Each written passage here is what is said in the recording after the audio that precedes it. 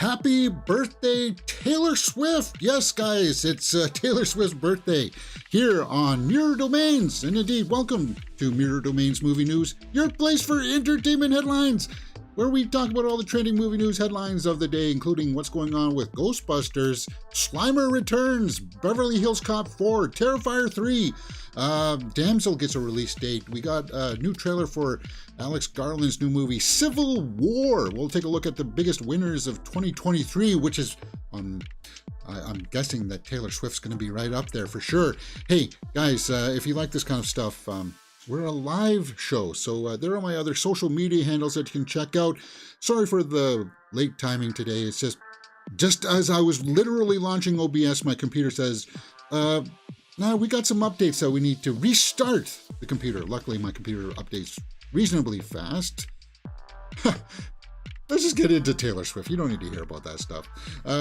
Where to stream Taylor Swift's Golden Globes nominated The Eras Tour concert film online. Yeah, today the Eras Tour drops online with, what, like 4 extra songs? 3 new songs, right? Not seen in theaters. So, cool! Now, this is the digital release. I'll be wanting the 4K release. Swifties can celebrate her birthday, 34th birthday. Well, happy 34th birthday, Taylor. With their own at-home Eras Tour party, exactly 2 months after premiering in theaters. The blockbuster concert film will be available in US, Canada, and the UK beginning Wednesday, with 3 bonus songs. Okay, cool. Yeah. So it was like 2 hours and 50 minutes or something like that in the theaters, but it's going to be like, what, just over 3 hours now with 3 extra songs, which are going to be Long Live, The Archer, and Wildest Dreams. Okay. Which will be included on the on-demand cut on Prime Video. Okay. I was just going to be VOD, but whatever. Yeah, she took to her Instagram to tell you this. The extended version trailer on Prime Video. Now, obviously, guys, I can't play any of the music for this because, well, copyright reasons. But I saw it in theaters. I had lots of fun with this. It's one of my favorite experiences theatrically throughout the year. I am a Taylor Swift fan, so, yeah. Now, I'm a fan of her music and as her as an artist, guys. That's how it pretty much started. You know what?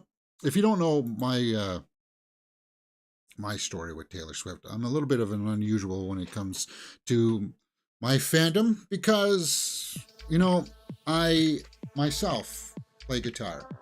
And I know that this is kind of boring for some people, but hey, it's my show, so I can do whatever I want. I play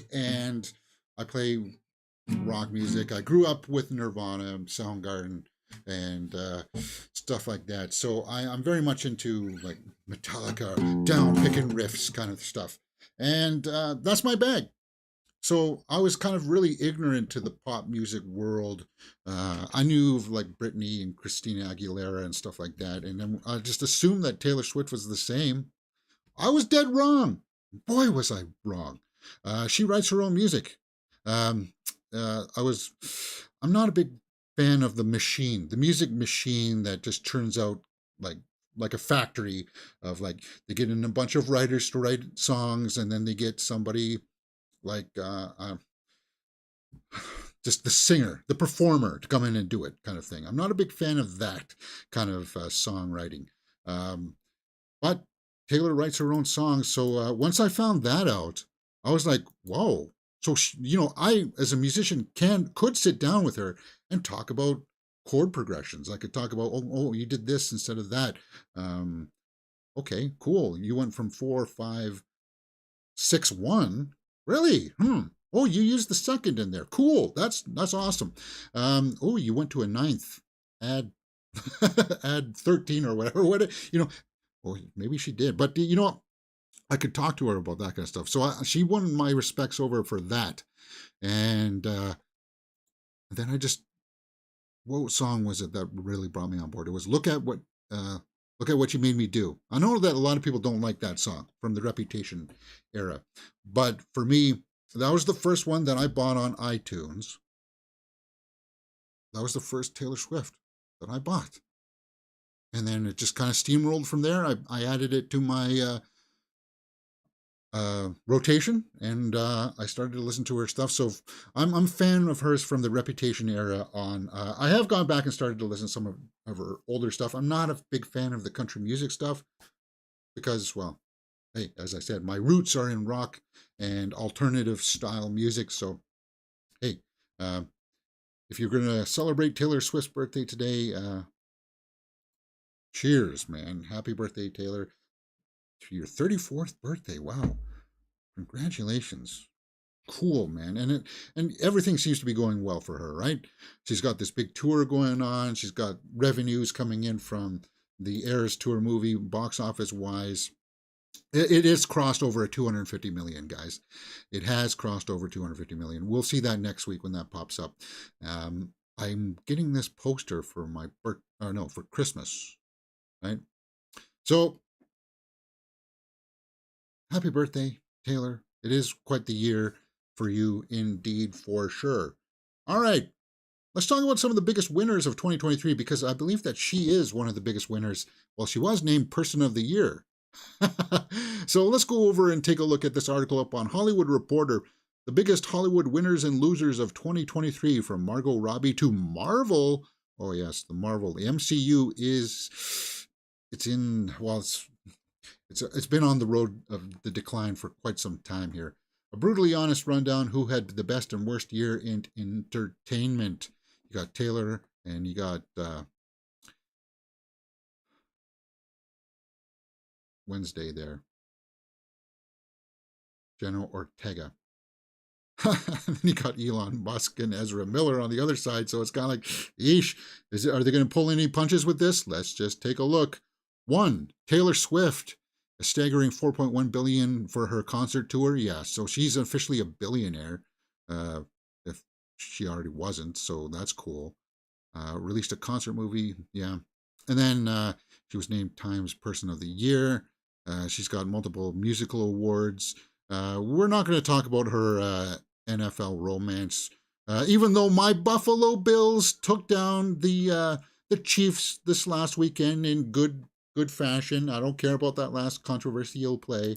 The Bills Mafia fans, come on, we're going to beat. If we meet up again in the playoffs this year, we have to we've got to beat them one year. We got to, right? It's like one of those old rivalries, like from, remember those back in the 2000s when the Edmonton Oilers would always meet up with the Dallas Stars. It's kind of like one of those types of things. It's like the Bills and the Chiefs always seem to meet up, and the Chiefs have won previously in the past. That's why they've gone on to the championships, which is why the Bills, if they had beaten them, we would be the champions.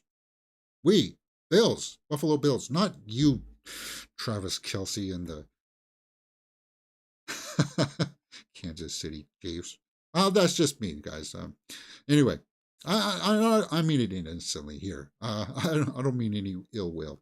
Anyway, who's the loser? Disney. Oh yes, the Marvels movie. I actually liked the Marvels movie. It was not well conceived, and it proved. I hope Kevin Feige and the studios have learned now.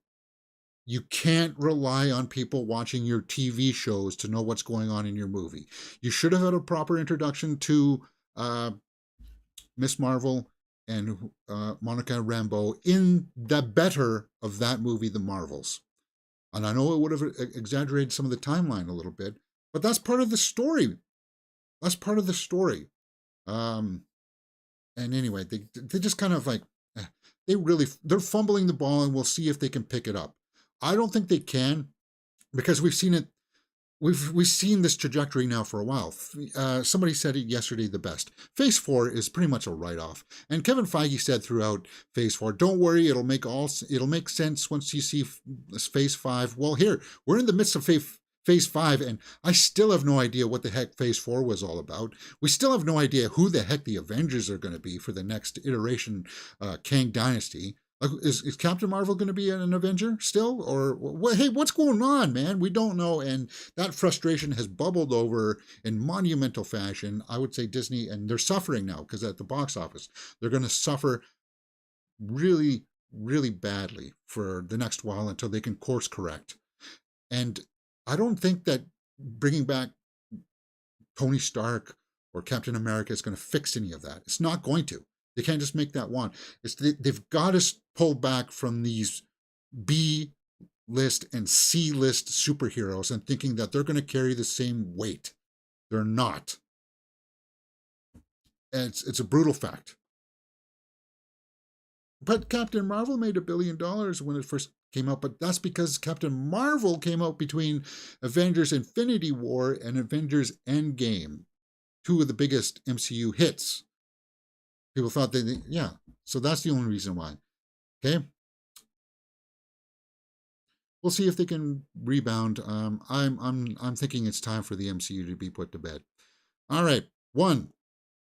Greta Gerwig and Margot Robbie. Yes, Barbie definitely won. And so did Margot Robbie. You know what? She's been doing a lot. People don't know this, but Margot Robbie's been doing a lot of producing of stuff behind the scenes. In fact, you know what? Let's pull up her IMDb so I could show you guys this firsthand. Her producing credits, she's getting involved with it, and that's really cool, man. Now that she's using her revenues to put back into it, man. So on top of the acting stuff that is there, she's going to be in the Ocean's 11 prequel film next with Ryan Gosling. Let's take a look at all these producing credits. She produced Saltburn this year, guys. That's cool. Dollface made the TV series on Netflix. She produced that, and that was really good too. She produced Promising Young Woman, Birds of Prey, Dreamland, Terminal, I, Tonya. So ones that she starred in there, Terminal and I, Tonya. So she's like putting her own money back into it. Naughty. She's producing the Ocean's 11 prequel, Tank Girl. So yeah, I would say Margot Robbie, she's up there, man. She's up there.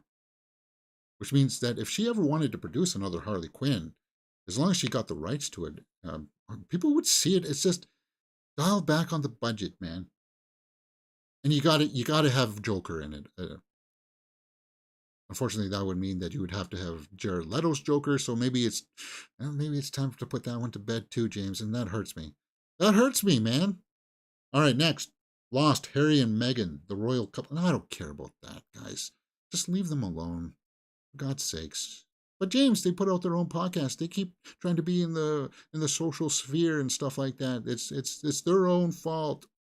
Well, hey, I don't pay attention to it. Do you guys? So there you go. Anyway, who won? Netflix and Jenna Ortega. Yes, because of Wednesday.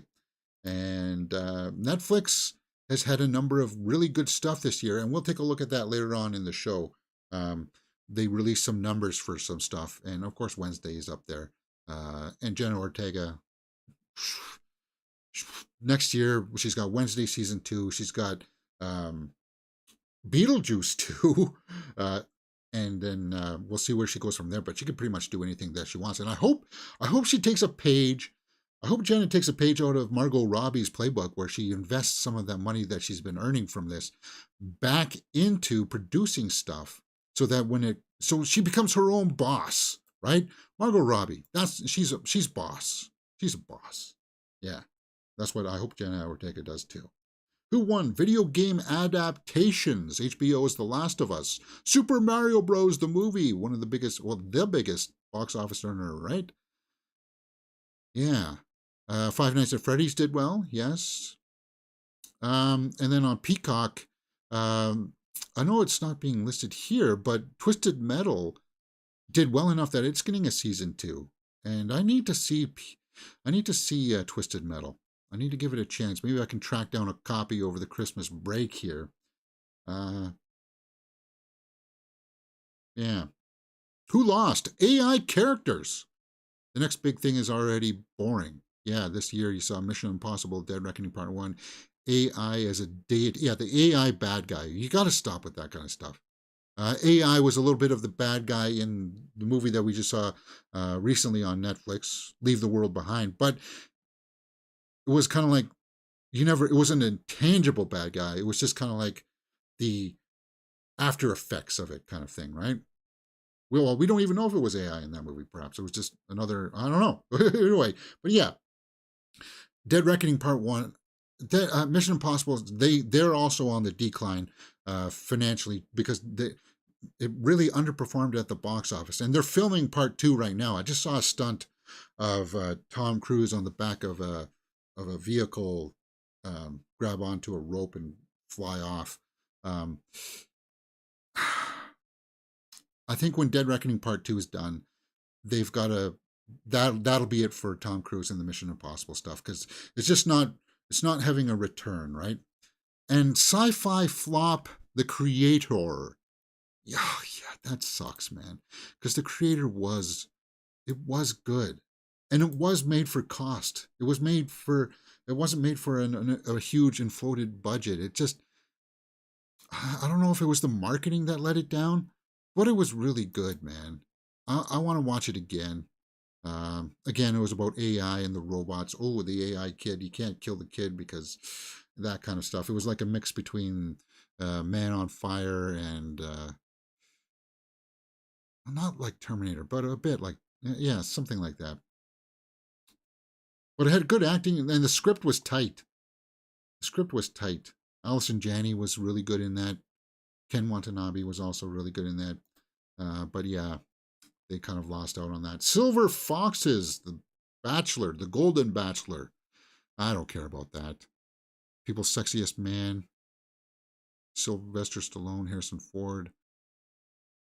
Lost, Yellowstone, yeah, with Kevin Costner riding off. Yeah. Who won? Horror, yeah. Except for Exorcist Believer. Megan, Talk to Me is gonna. It just Talk to Me just debuted on Netflix, and I'm thinking that we might have to do a watch along for that, guys. Insidious: The Red Door was the highest horror movie box office wise of the year. I liked Insidious: The Red Door. I thought it was a nice final chapter for that series. A little bit more on the dramatic side too. I like that. Scream 6. Evil Dead Rise. I know I was a little bit on the lower side of the Evil Dead Rise. I might have to revisit it with perhaps a little bit more of a gentle approach to it. And I like The Nun too. James, unbelievable. You like The Nun too? Yes, I did. Cocaine Bear, yeah. No One Will Save You. Hulu's No One Will Save You, about the alien invasion, home invasion of a girl. Yeah, and she did a good job in that. And then Netflix had Fall of the House of Usher, which was also one of my favorite series of the year. And yes, that goes over Last of Us. Fall of House of Usher was, but Last of Us is up there too. It's hard. Maybe I need to rethink that one. And there's Jenna Ortega, and there is Melissa Barrera, and sadly that will be the last that we as Hollywood moviegoers will ever see of Melissa Barrera. Because from what I understand, she hasn't slowed down with all of her social media posts, which is, well, this is the course that you wanted. This is what you want to do. Hey, I thought about this the other day too. You know, she's talking about these wars and stuff going on in the world, and she's thinking that she's doing the right thing. But you're going to turn off a lot of the fan base. And so the studio had to cut ties with Melissa Barrera this year. But even if you're as big as like Taylor Swift, remember what was it, in 2020, Taylor Swift's dad was like begging her not to make a political statement, but she was like he was worried that she would turn off a big portion of her fan base. Well, she didn't, and she came out and made her political views known, and she didn't lose anybody. So I guess you have to be that big. Melissa Barrera was not big enough, and she's going to lose work, and we'll see how that happens. Yeah, that goes on to talking about the Scream franchise. And Jenna Ortega is not going to be back for Scream 7, so it's kind of like they lost. Who won? Christopher Nolan. Oh, yes. Christopher Nolan won for Oppenheimer. A movie that I thought that it had a small chance of not doing well. that it would be too boring for the mass audiences, but it was tied in brilliantly with Barbenheimer. They kind of like used each other to propel each other in the marketing, right? And it's still one of them. I think it's still my favorite movie of the year. I need to watch it again now that it's out, and we'll be doing that. Fourth highest grossing movie of the year for sure. Who lost? Marvel and DC. Well, we already talked about Marvel. DC, The Flash bombed at the box office, and they need to retool that, which is why James Gunn has retooled it and going to reboot it. Except for Peacemaker and Amanda Waller for some reason. I don't understand that. MCU had some, yeah, Doctor Strange 2, She-Hulk. I liked She-Hulk, and I liked everything except for the last episode of Secret Invasion. I like the dramatic stuff in Secret Invasion. I really like the dramatic stuff because it allowed Samuel L. Jackson to stretch a little bit with the Fury character, right? Thor 4, Ant-Man 3. Wait, was Thor 4 this year? I totally forgot about it. And then, yeah, Shazam, Fury of the Gods bombed for DC, and The Flash bombed. Blue Beetle did modestly. Huh? Yeah, I think Blue Beetle just crawled towards the break-even line, if not just still a little bit under. And I'm pretty sure that Aquaman 2 here is going to bomb. I think people just want it to. Fran Drescher is a winner because she's the president of the SAG, right? Or whatever. Roger Ross Williams. Never heard of you, dude. James. He's a documentary filmmaker. Okay. Who lost? Diverse TV shows. A League of Their Own. Wonder Years reboot. Blind Spotting. Yeah. I saw a treatise about this, a video essay about diverse shows and diverse movies. We've seen it ever since, I hate to say it, The Force Awakens, when Kathleen Kennedy took over, where the mandate for these types of things was, we got to be diverse. It's got to be all about inclusion. That's got to be the number one message. And unfortunately, that message came in before crafting a good story. And now the fallout of that is coming home. The chickens are coming home to roost on that one. Who won the Las Vegas Fear? Yeah, that thing is creepy, man. Look at it there. Look at that there. It's the eye. I got to see it. As I said, it's on my bucket list now. I got to get over to Las Vegas and check this thing out.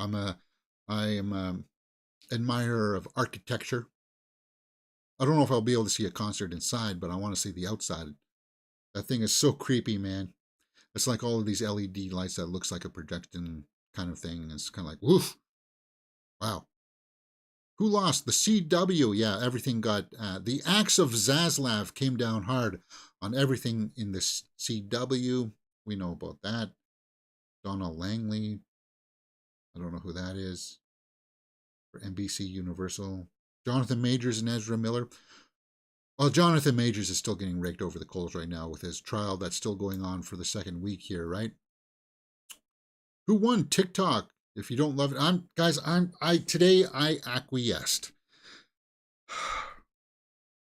I don't like having subtitles or captions on all my videos. I don't like doing that.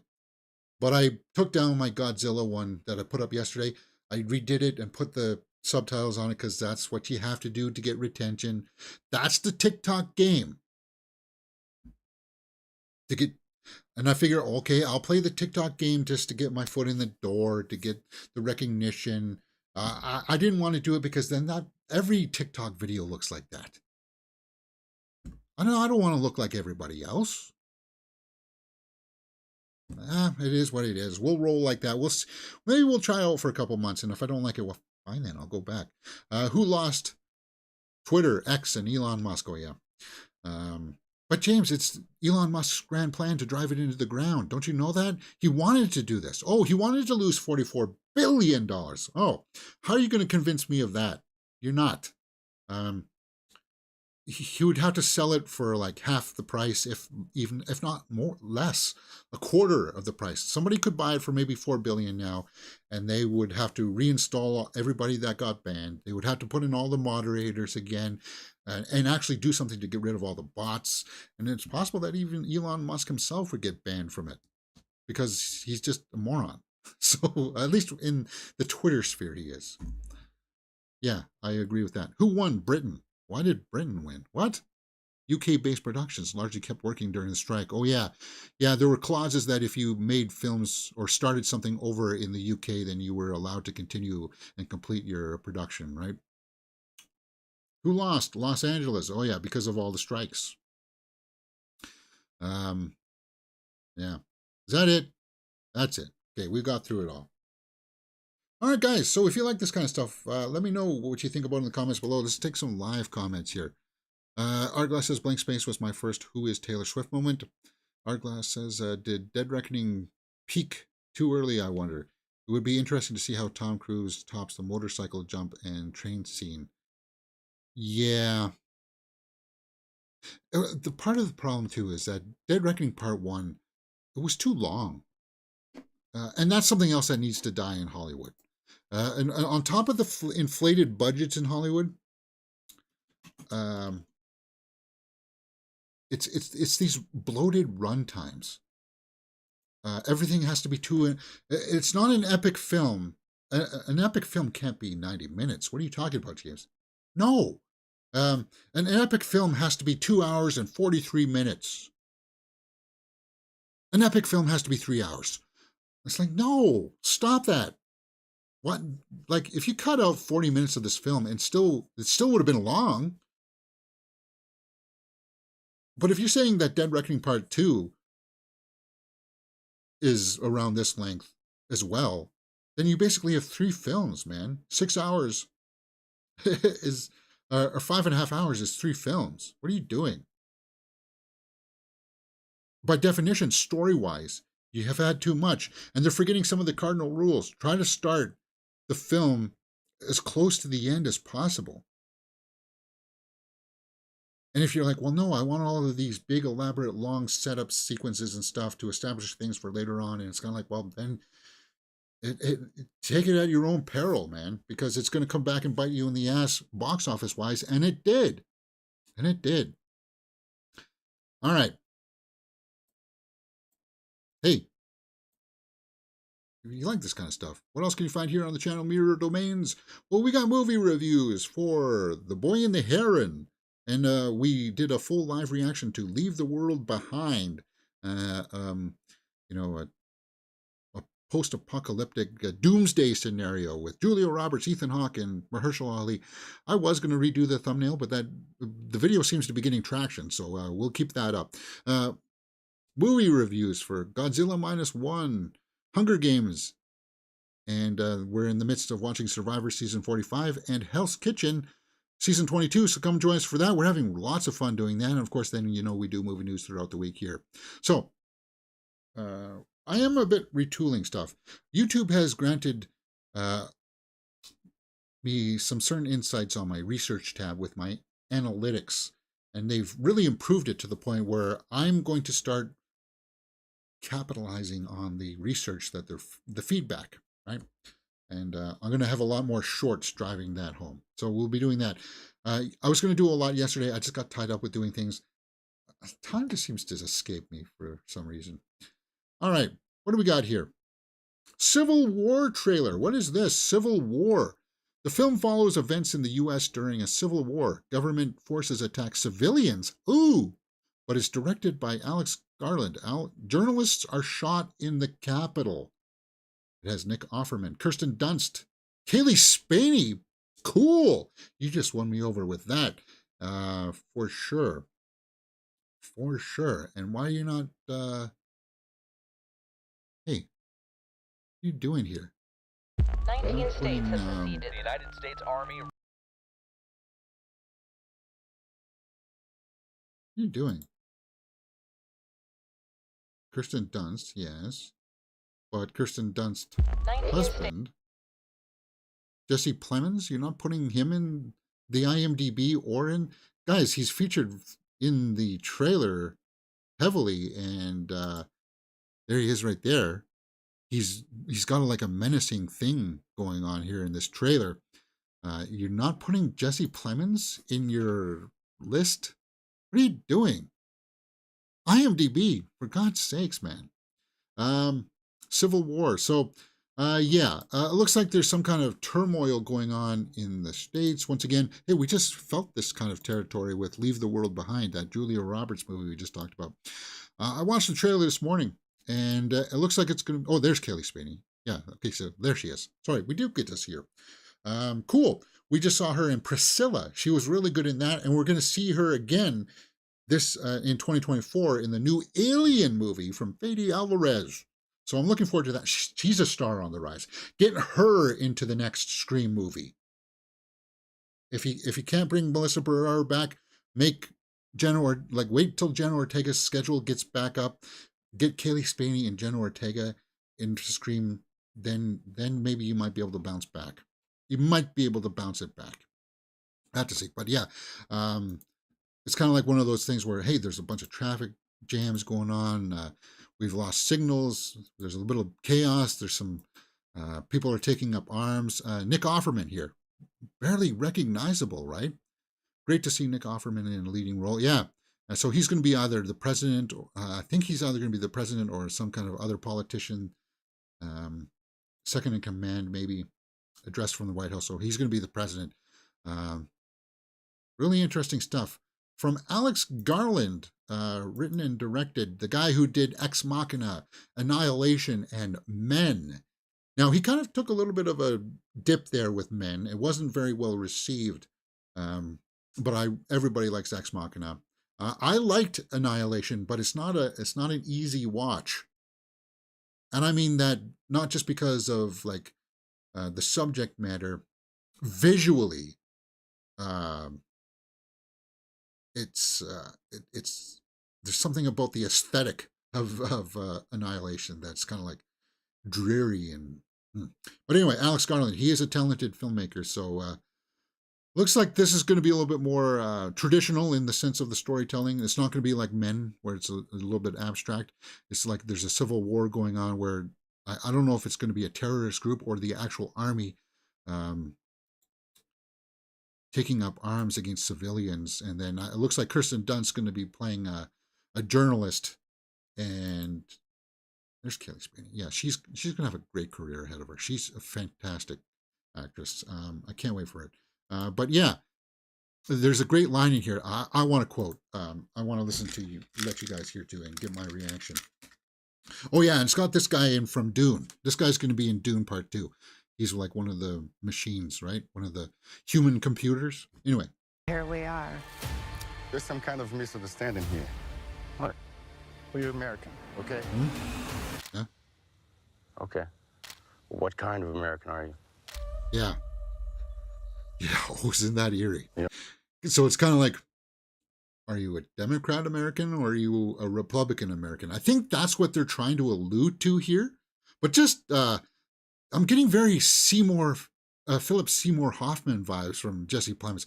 Jesse Plemons, though, I'll tell you this. You see, look, like he's transformed here.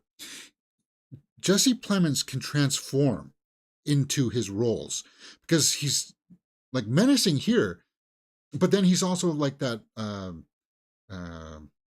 gumshoe type inspector for the FBI in Killers of the Flower Moon.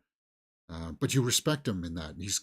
He commands respect. Here, just from those few lines, he's intimidating, man. And of course, he's good in like The Power of the Dog. And despite what you think about Antlers, I thought he was good in Antlers. He's a great actor. What kind of American are you? Yeah. You don't know? But what's cool about this is that you guys might not know. Yeah, so it does look like he draws on them. But Jesse Plemons is married to Kirsten Dunst. They're a couple, and he's a lucky guy. But that's cool. It looks like, yeah, so they do shoot somebody here. So things do escalate. And I don't know if it's going to be, my only hope is that they don't beat you over the head with that political message, because you're going to make one of the sides wrong. Like, obviously, it's an allegory for what's going on politically in the political climate in the U.S. right now, right? Where it just seems like they can't work together. And it sucks that their government, like, it's like they treat each other like the enemy. It's like that, right? No, you're not the enemy. You're still both Americans. And this trailer hits home with that kind of motif where, well, what kind of American are you, right? Let's see what people are responding to. This is from A24. A24 was not listed on that. A24 was a winner of 2023, and it's going to be going forward. A24 is a winner for sure, because they've been making these smaller movies for budget, and they've been doing really well. So let's go see what people are saying. Props to A24. I don't think any other studio would dare to take on such a project. Looks promising indeed. Yes. I love seeing Kaylee Spain getting bigger and better roles for her career following the success of Priscilla. She deserves it. One of her most promising young actresses working today. Yes, she is. She is. I can't praise her enough. I really like Priscilla. And she was nominated for a Golden Globe, so we'll see how that works out. My first thought was, damn, feels like Jesse Plemons has got a lot of cameo-like roles in big films recently, but he goes and has the best scene in the trailer. Like, oh my, yeah, that's for me. It's this scene that sells the movie to me, and it has to do with Jesse Plemons, which is why I'm a little bit frustrated when I go back to the IMDb page, and it's kind of like, well, where is he? Why is he not up there? He should be right here. Get Wagner Moira out of there and put Jesse Plemons up there. Let's expand it, James. See the full cast and see if he's listed underneath there. He should be.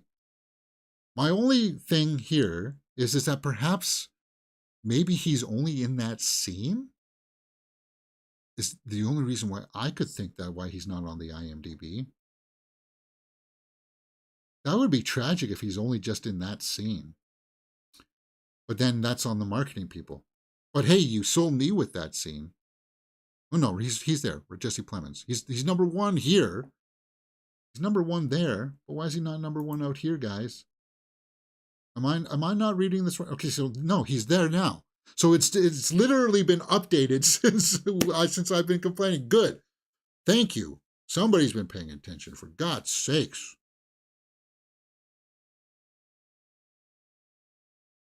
But I'm interested, and Alex Garland, we know that he can bring it. Because of Ex Machina, because of Annihilation. Expected April 26, 2024, guys. Did you guys see the Civil War trailer? Did you like it? I'm on board. I want to see this movie. Alex Garland hopefully adds another chapter to his resume that'll be kind of like, you got to watch out for what Alex Garland's doing, man. You got to. All right. Arglass says, great to see Nick Offerman in a leading role, yeah. Arnold Schwarzenegger made a great speech on Graham Norton's show about how American politicians should be working together. Yeah. I never understood that. Yeah, you want to make sure that your policies get passed, but it's kind of turned into, my policy is to be the opposite of whatever your policy is. But that's not policy, guys. That's not governing. That's the right word. That's not governing. James, don't give your opinion about a government that you have no part of. Hey, it's my show. I'm allowed to do whatever I want. Plus, hey, this is just the perceptions of what you guys are portraying in the media. It's on you guys. But anyway, next. Arglass says maybe Jesse Plemons gets taken out after the face-off with the journalists. Maybe. But they did update the IMDb. The red shades maybe do it. I don't know. But it's his line delivery. What kind of Americans are you? Yeah.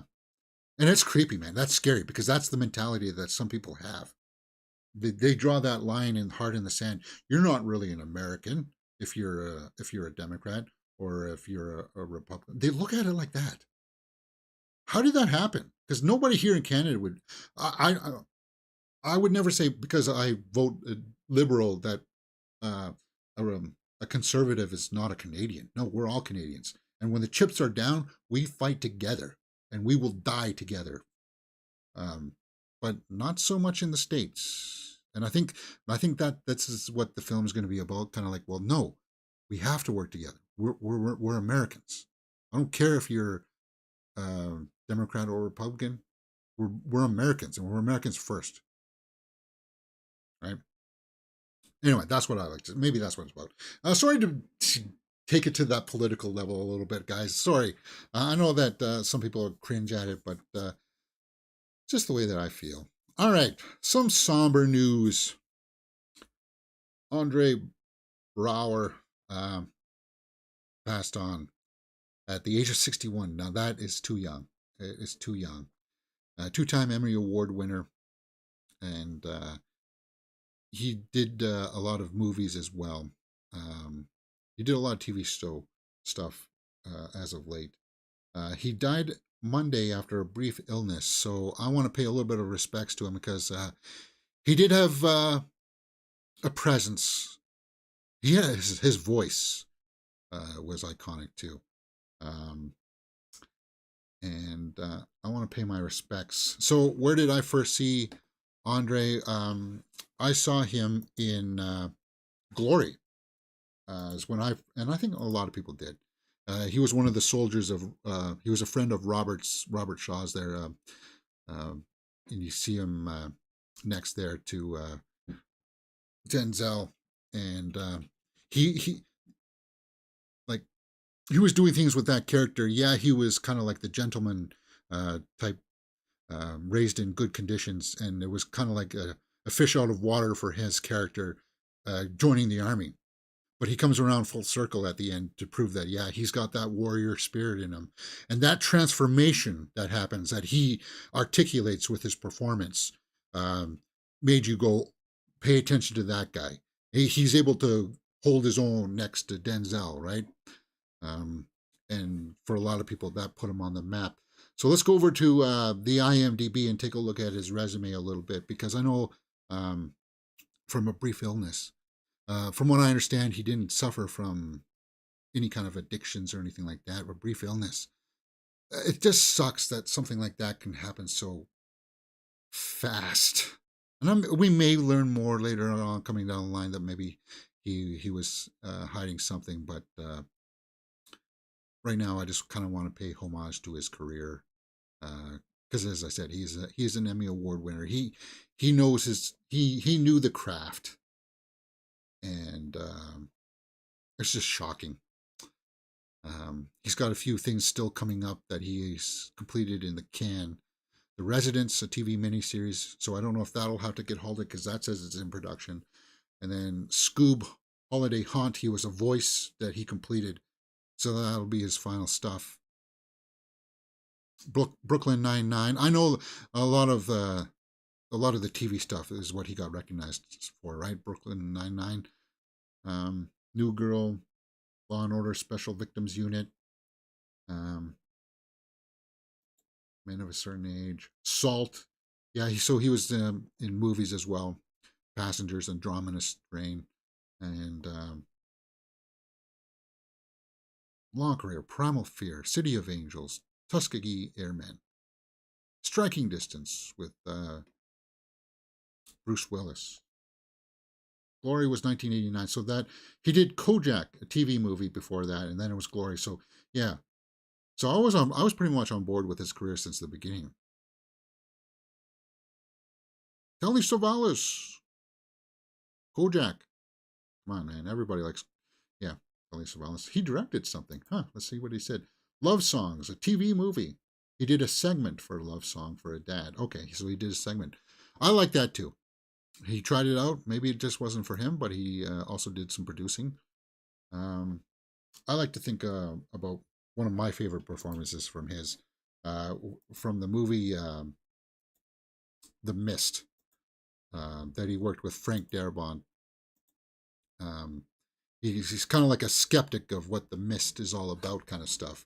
And just a few scenes that he's in, again, he just had that presence and charisma about his line delivery where you bought into it. And like, it's like, there's nothing out there in the mist. There's nothing.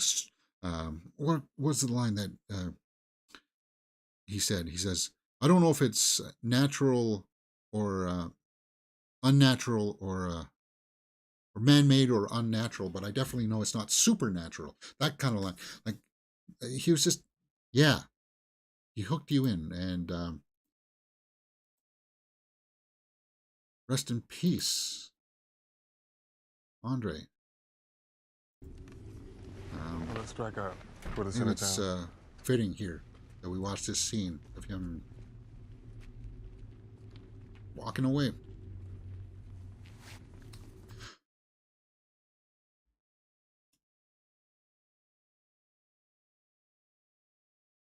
Our Glass Viking says, R.I.P. Andre, great comedic actor. Yeah, yeah, forgot. Yeah, he's got good comedic chops too. All right. God. Well, I started late, James. It's okay. This broke in our Twitter roundup yesterday, didn't it? Netflix unveils release date for Damsel starring Millie Bobby Brown. And guys, you know how I feel about Millie Bobby Brown.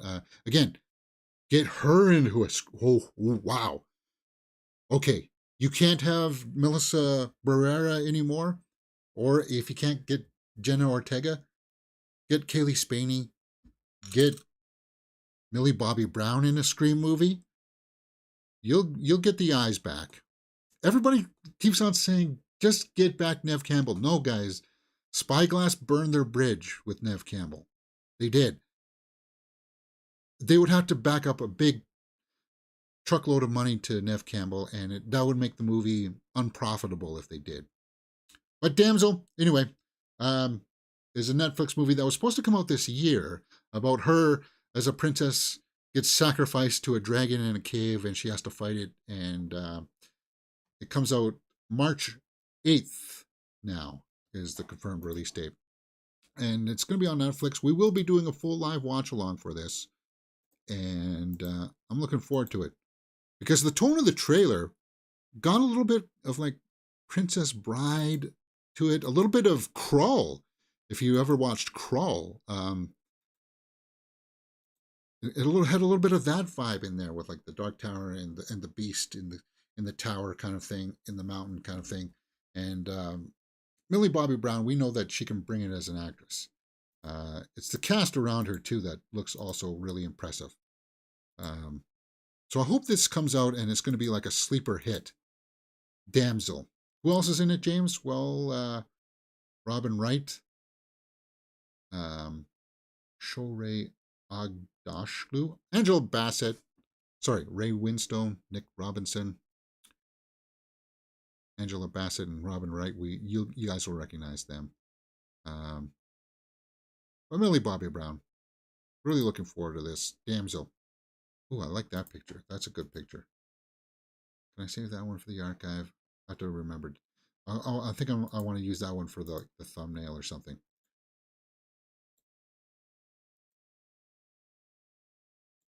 Yeah, it's like a fairy tale mixed with like Crawl, a little bit of Princess Bride in there.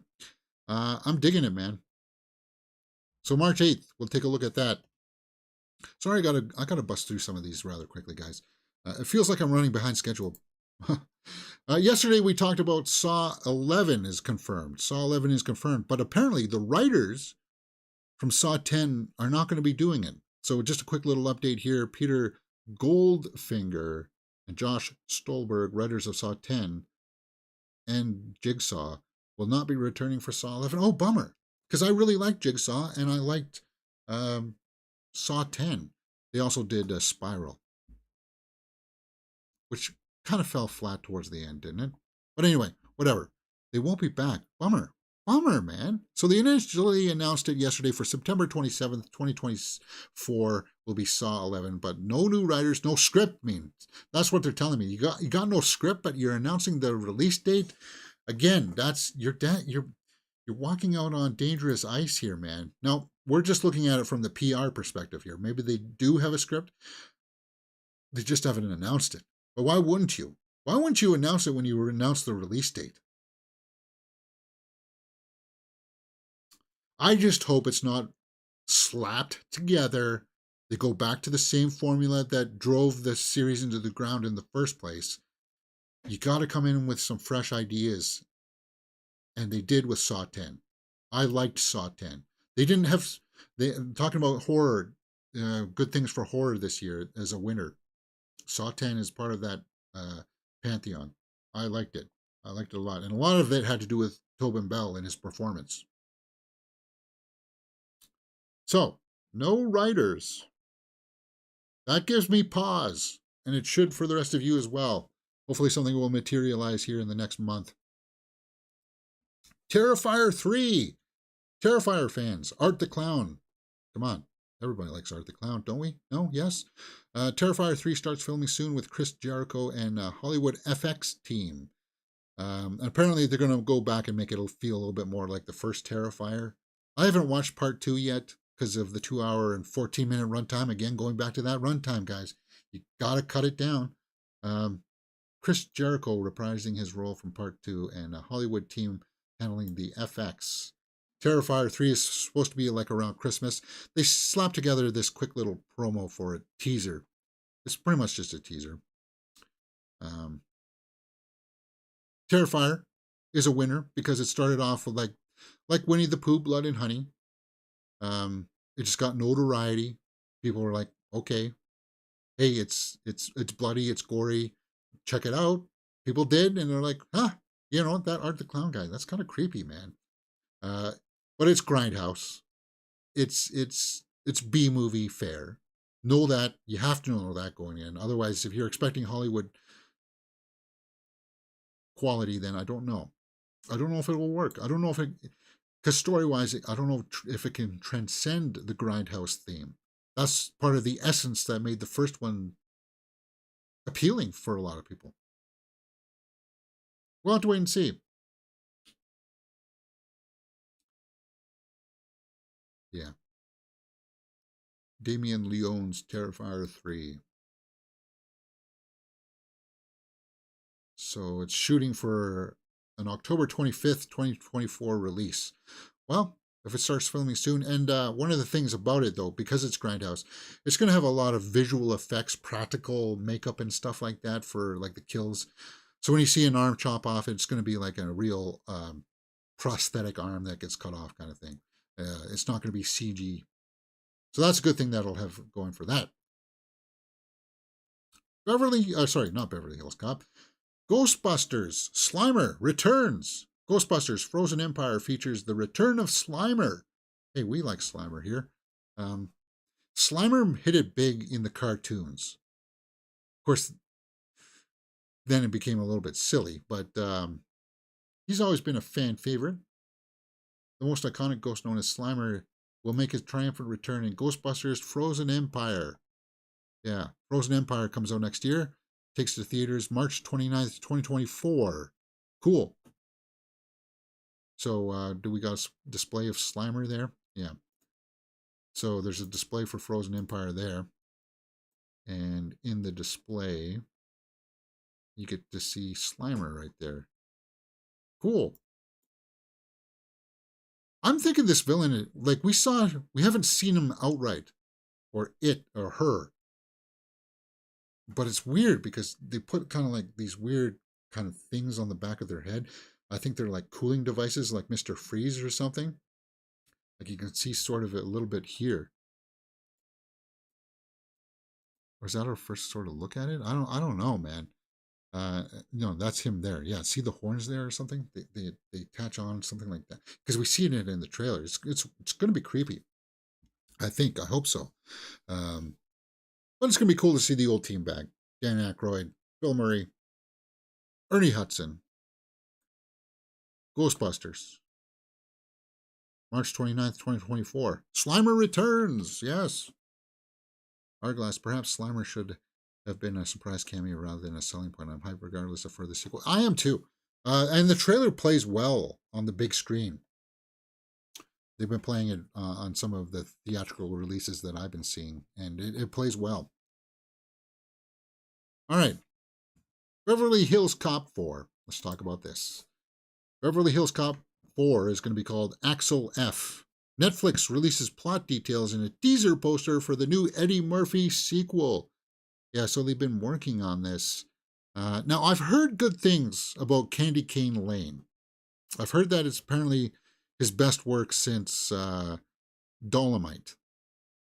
You People was terrible. One of the worst movies. It's probably going to be the worst movie of the year. That's a loser. That's one of the losers of 2023 is, I hate to say it, Eddie Murphy. So we got a new poster. Here it is. Let's blow it up. It's just his badge. A. Foley. That's it. Netflix. Summer 2024. Only on Netflix. So if it's on Netflix, well, depending on how racy it is, how R-rated it is, I hope it's hard R. Yeah, we'll still probably be able to watch it together, I think. Beverly Hills Cop, Axel F. So we got a plot detail here, huh? So the synopsis reads, Detective Axel Foley is back on the beat in Beverly Hills after his daughter's life is threatened. She, Taylor Page, and Foley team up with a new partner, Joseph Gordon-Levitt, and old pals Billy Rosewood and John Taggart to turn up the heat and uncover a conspiracy. Yeah, the older cops from the first 3 movies, like the 2 Beverly Hills Cops, they're going to be back. Judge Reinhold, my God, we haven't seen him in a hot minute, have we? Has he been doing TV work or something? Why does it look like he's in the...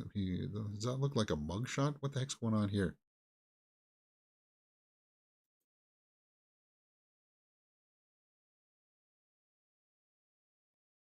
Four Christmases and a Wedding in 2017.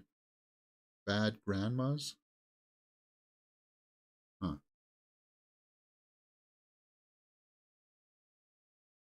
Beverly Hills Cop TV movie.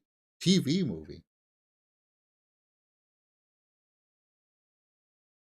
What the heck is that? TV movie. Did I know about this? From Barry Sonnenfeld.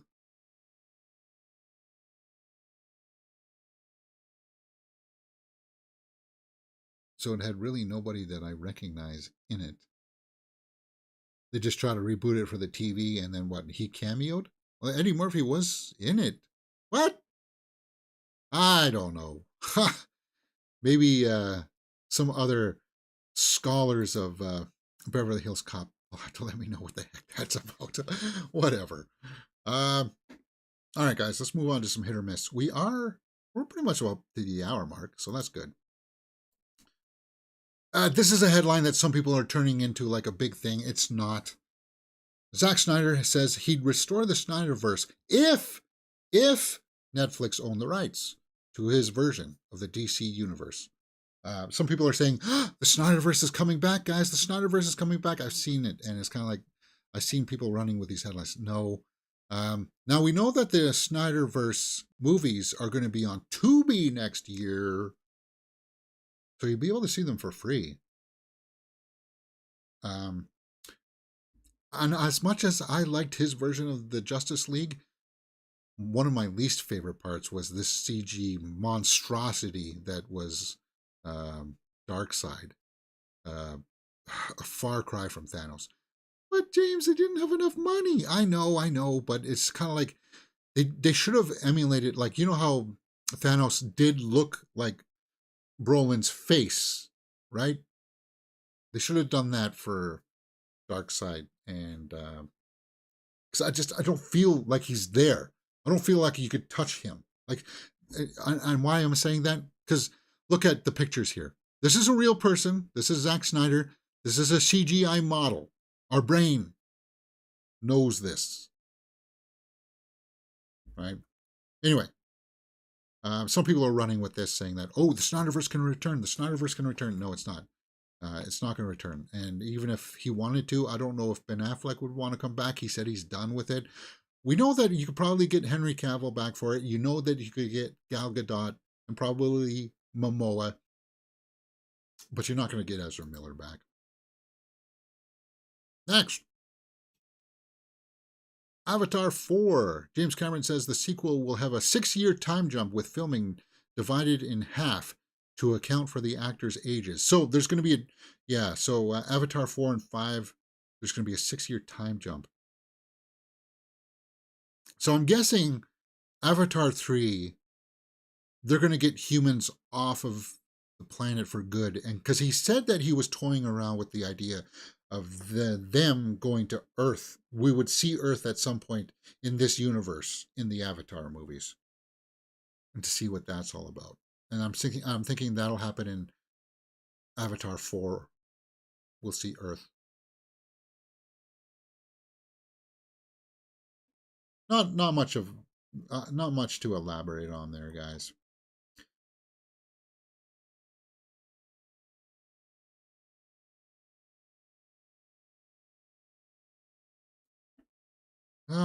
Chevy Chase reunites with the cast of Christmas Vacation at Christmas Con 2023. Cool.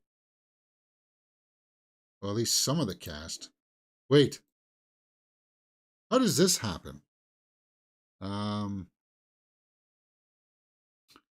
Isn't Eddie Quaid, Randy Quaid, isn't he wanted for tax evasion? How does that work?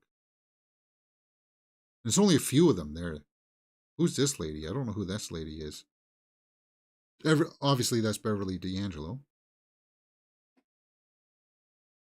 I thought you would have more cast than that.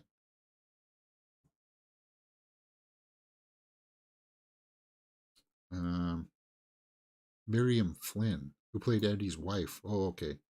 She played Eddie's wife. She was just a small part, though. Is that more of the full cast? That's Lacey Chabert. She's not in it. I wish she would.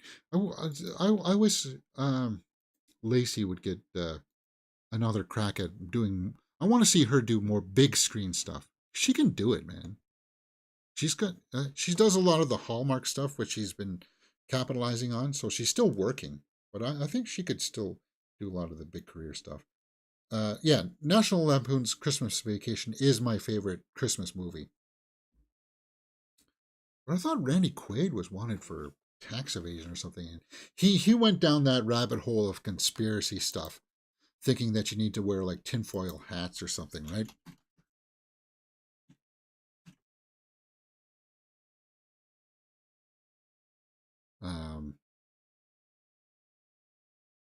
He tried living off the grid for a while or something. Yeah, something weird happened to him. Yeah, and the guy who plays Leonard from The Big Bang was Chevy Chase's son. Yeah, we didn't see him.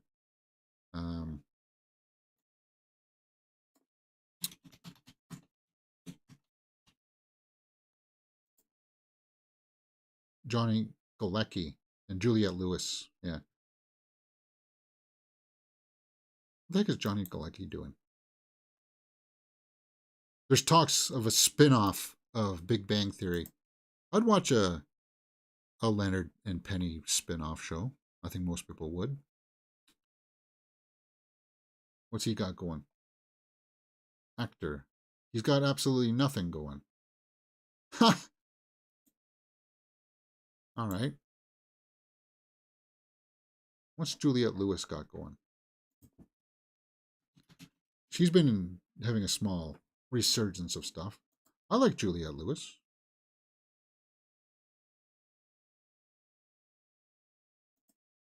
Opus and The Thicket, so she's still working. Welcome to Chippendales. Yellow Jackets. That's right. That's what I reckon. Yeah, she was just in Yellow Jackets. And people who watched Yellow Jackets seem to like it.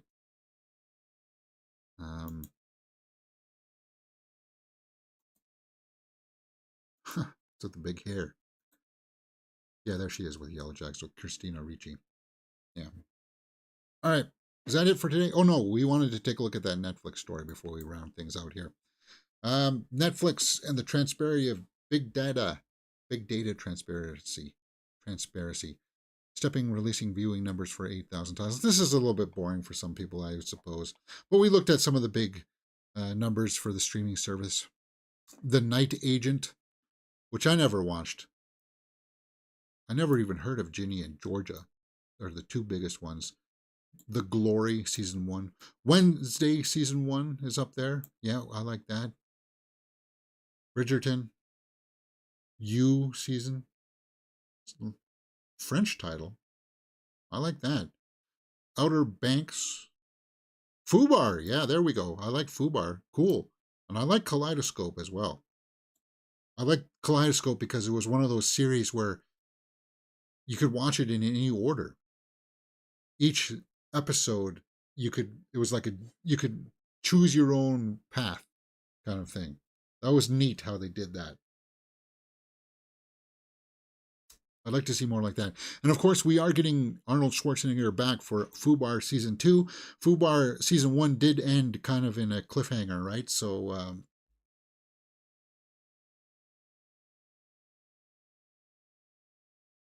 thumbs up for that. All right.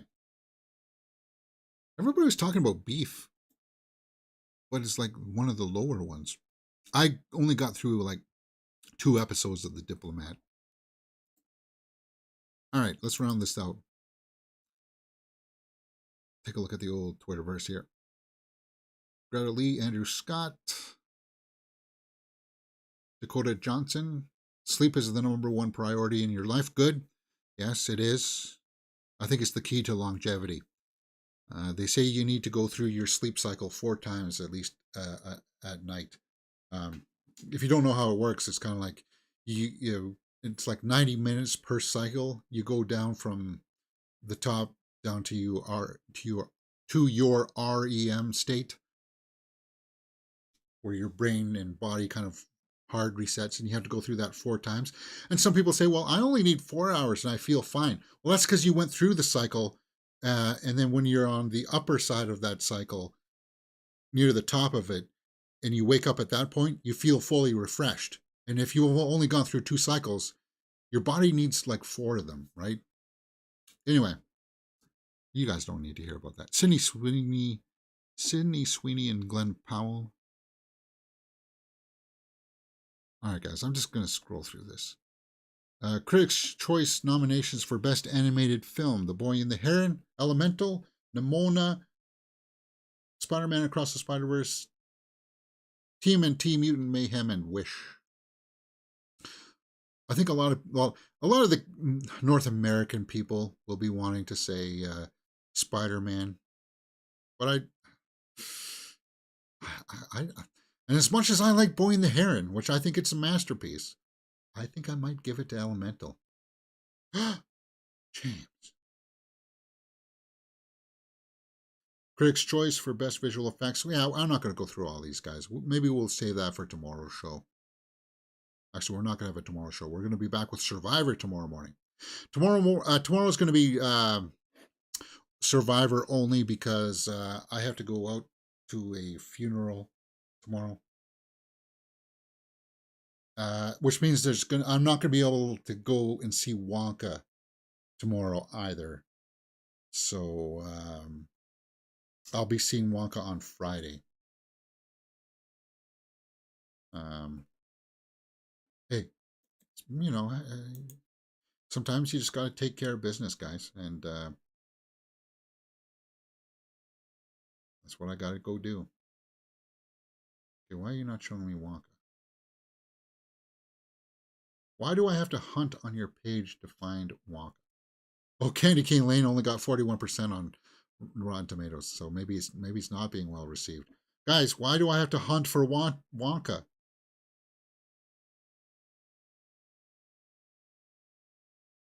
All right, fine. There it is. Good. 84%. Hour and 56 minutes. I always think I need 4 hours of sleep, then crash out during this day. Well, that's because, yeah, as I said, you need to go through those 4 cycles. Because if you only go through it twice, which will be about 4 hours, then yeah, you'll need the nap, because your body needs those 4 revolutions. That's why sometimes when you wake up from like an alarm clock, you feel so groggy and tired because you're getting woken up on the bottom of the sleep cycle, right? And sometimes you wake up, you just open your eyes and you feel like fully refreshed. because you're at the top of the sleep cycle. Anyway, I'm not going to bore you with that and stuff anymore. Thank you very much for joining me today, guys. It is Taylor Swift's birthday, so I think I might be watching... I'm going to put something on in the background. I'll watch maybe the Reputation movie. Ooh, I like that one too. All right, guys, thank you very much. Join me next time. Join us tomorrow for Survivor. Only 2 more episodes left for Survivor. Yeah. Enjoy the rest of your day. You're watching Mirror Domains.